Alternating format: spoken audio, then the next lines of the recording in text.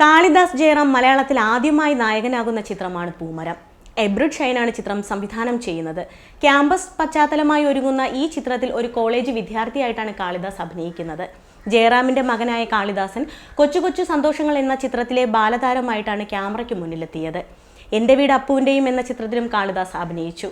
ബാലാജി തരണീധരൻ സംവിധാനം ചെയ്ത ഒരു പക്കാ കഥ എന്ന തമിഴ് ചിത്രത്തിലാണ് കാളിദാസ് നായകനായി അരങ്ങേറിയത്. പിന്നീട് പ്രഭുവിനൊപ്പം മീൻകുഴമ്പും മൺപാനയും എന്ന ചിത്രത്തിലും കാളിദാസ് അഭിനയിച്ചു. എൻ്റെ വീട് അപ്പുവിൻ്റെയും എന്ന സിനിമയിലെ അഭിനയത്തിന് ബാലതാരത്തിനുള്ള ദേശീയ പുരസ്കാരം കാളിദാസിന് ലഭിച്ചിരുന്നു.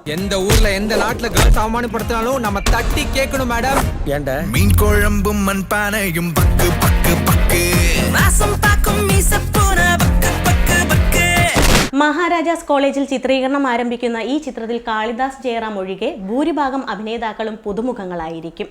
ഓഡീഷനിലൂടെ കേരളത്തിലെ ക്യാമ്പസുകളിൽ നിന്നും പ്രതിഭാധരായ വലിയൊരു നിര ഭാഗമാകുന്നുണ്ട്. കാളിദാസൻ അഭിനയിച്ച ഒരു പക്കാ കഥയും മീൻകുഴമ്പും മൺപാനയും എന്നീ 2 തമിഴ് ചിത്രങ്ങൾ റിലീസിനൊരുങ്ങുകയാണ്. മലയാള സിനിമയിൽ ഈ താരപുത്രന് വൻ വിജയങ്ങൾ കൈവരിക്കാൻ സാധിക്കുമെന്ന് തന്നെയാണ് പ്രതീക്ഷ.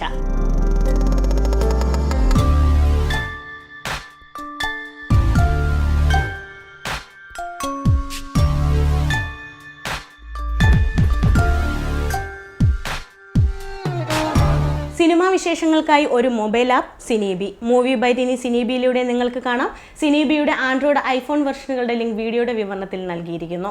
പുതിയ സിനിമാ വിശേഷങ്ങളുമായി മൂവി ബൈറ്റ് വീണ്ടും നിങ്ങളുടെ മുന്നിൽ എത്തുന്നതാണ്. കൂടുതൽ വീഡിയോസിനായി മൺസൂൺ മീഡിയയുടെ യൂട്യൂബ് ചാനൽ സബ്സ്ക്രൈബ് ചെയ്യുക. ഒപ്പം നിങ്ങളുടെ അഭിപ്രായങ്ങൾ കമൻറ്റ് ചെയ്യാനും മറക്കരുത്.